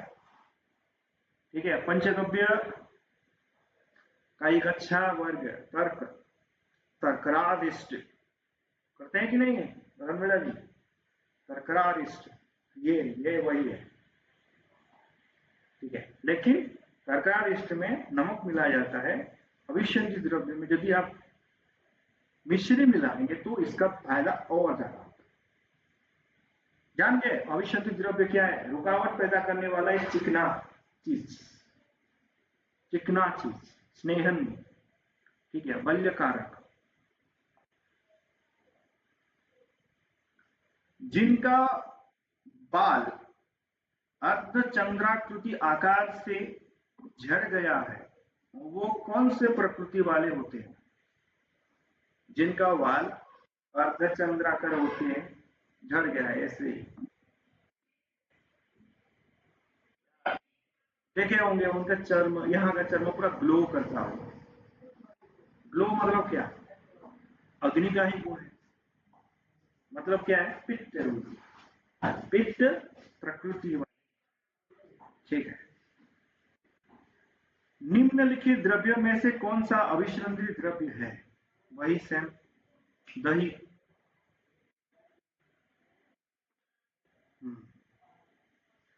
पित्त बढ़ने का कारण क्या है? ज्यादा मेहनत करना, हमेशा मानसिक तनाव, ज्यादा मीठी चीजों के सेवन करना, ज्यादा फैन या कूलर के नीचे रहना, दोपहर के समय स्नान करना। पित्त बढ़ने का कारण ज्यादा मेहनत करने से पित्त बढ़ता है। वेरी गुड, क्योंकि फ्रिक्शन होता है गर्म हमेशा। इसीलिए जिनका पित्त ज्यादा बढ़ता है, मतलब ठीक रहता है, उनके लिए थोड़ा आयुर्वेद का नियम चेंज हो जाता है। रस धातु उनके शरीर में 1 घंटे के बाद बनता है, हमारे लिए नॉर्मल व्यक्ति के लिए 1.5 से 2 घंटे के भीतर बनता है। तो पानी पीने का भी वही नियम है, 1 घंटे के बाद वो लोग पी सकते हैं, आप 1.5 घंटे के बाद पी सकते हैं। नेक्स्ट क्वेश्चन है, रक्त धातु का मल क्या है? बहुत इजी क्वेश्चन, क्या है बताइए? कालीचरण जी आप बताइए, रक्त धातु का मल क्या है? गलत है, गलत है। रस धातु का मल पित्त, पित्त जो पीला चीज आता है, मुंह में पीला चीज आता है, जब हम उल्टी करते हैं तो एक पीला पीला चीज निकलता है, वही है रक्त धातु का मल, पित्त। ठीक है, पित्त। रस धातु का मल है कफ, कफ। ठीक है, जो कफ निकलता है, कलगम। ठीक है, ये रस धातु का ही मल है। ये जो मल, जो मैं हर वक्त जो आपको बता रहा हूँ, मल का क्वेश्चन आ रहा है, ये मल आप लोग क्या समझते हैं? मल क्या है? मल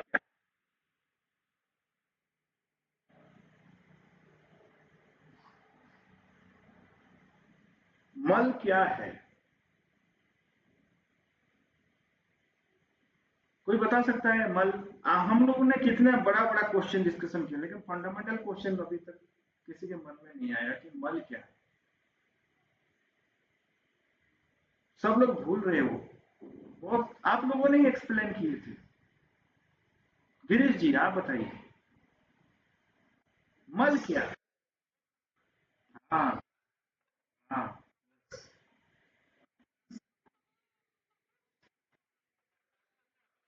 वेरी गुड। जो हम खाना खाते हैं, हाँ, जो खाना खाते हैं वो दो चीज में बंटती है। एक है सार, एक है असार। जो सार है वो धातु बनते हैं, जो असार है मल बनते हैं। लेकिन मल तो फिर धातुओं का भी है। ठीक है, हमने खाना खाया, जो सार है वो मतलब रक्त के माध्यम से वो मतलब चला गया। ठीक है, और हमारे जो मलद्वार के माध्यम से या पेशाब के रास्ते से वो निकल आया, वो तो मल है।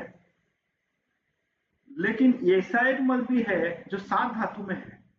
वो क्या है? वो क्यों बनेगा? उसका फिर बहुत ही मतलब रोल है, बहुत इंपॉर्टेंट रोल है।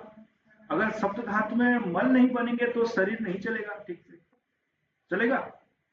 अस्थि धातु का मल नहीं होगा तो बाल नहीं उगेंगे। तो असार तत्व भी काम आते हैं शरीर के लिए। ठीक है कि नहीं? असार तत्व, जो सार भी नहीं है, असार तत्व भी शरीर के लिए काम आते हैं।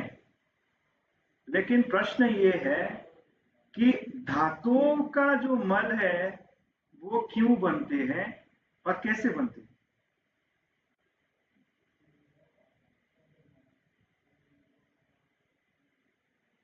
ये हमारा लास्ट क्वेश्चन है।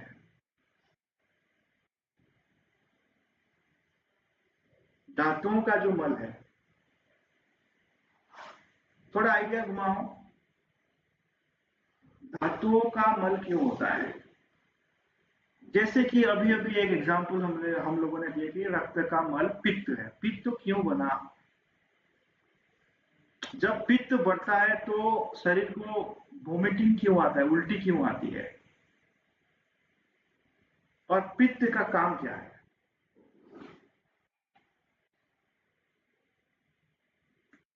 कौन बताएगा?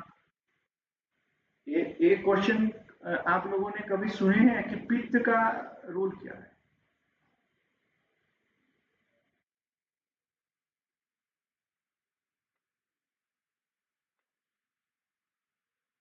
एनीबॉडी? कोई आइडिया लगाएं।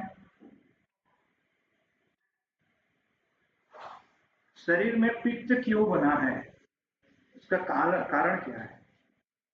और ज्यादा बनने से ये उल्टी क्यों करती है?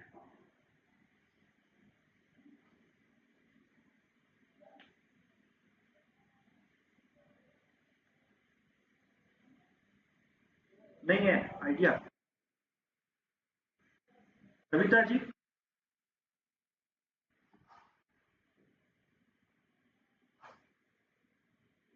रस धातु का मल कफ है, उसका कारण क्या है? वो क्या, कौन से काम में आता है?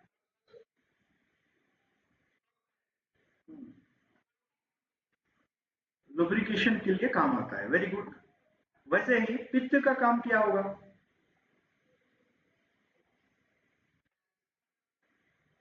डाइजेशन कराना है। और क्या है? रंजक पित्त का काम क्या है?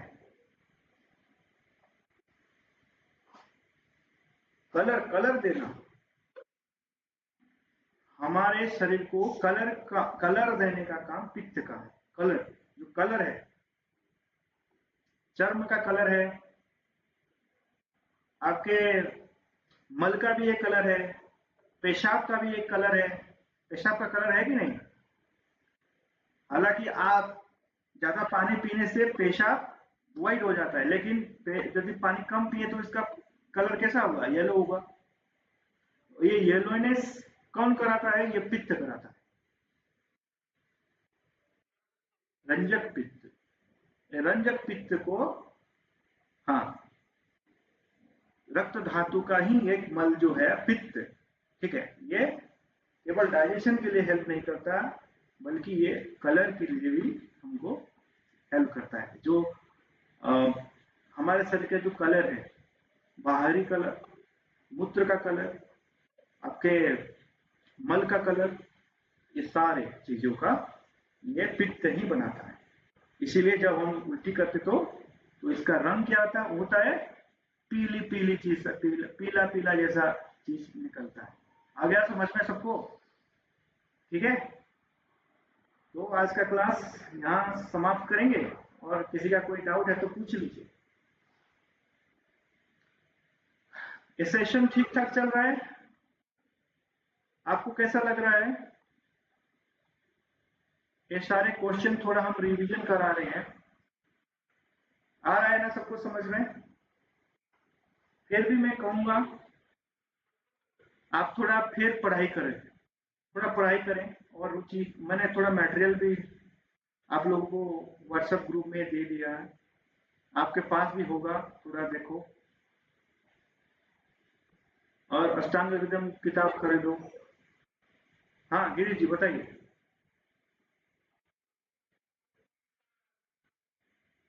क्या है?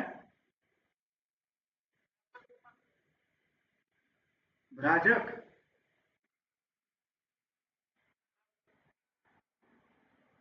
रंजक? नहीं सुनाई दे रहा है। भ्राजक?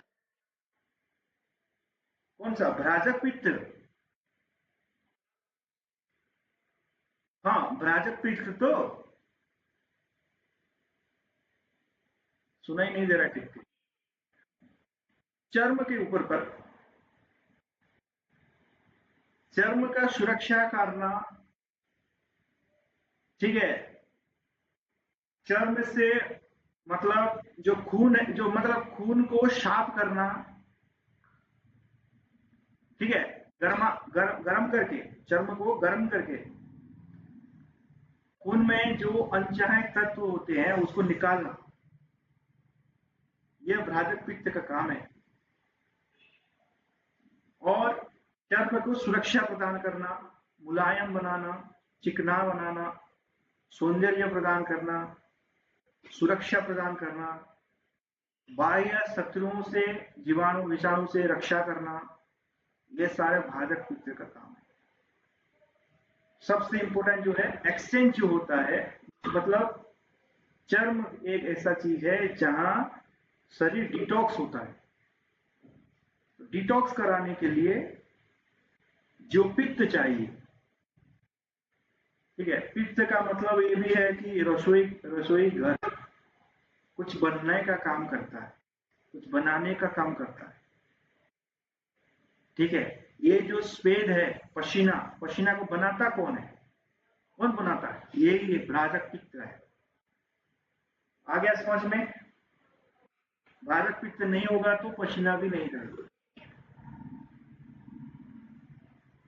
और किसी का कोई सवाल है तो पूछ लीजिए, नहीं तो बंद करेंगे आज का क्लास।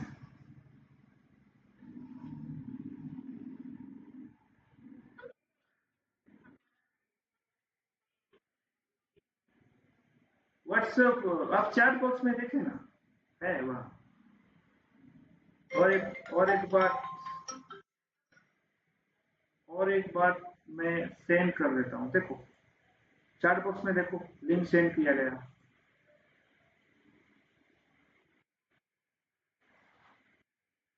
ठीक है,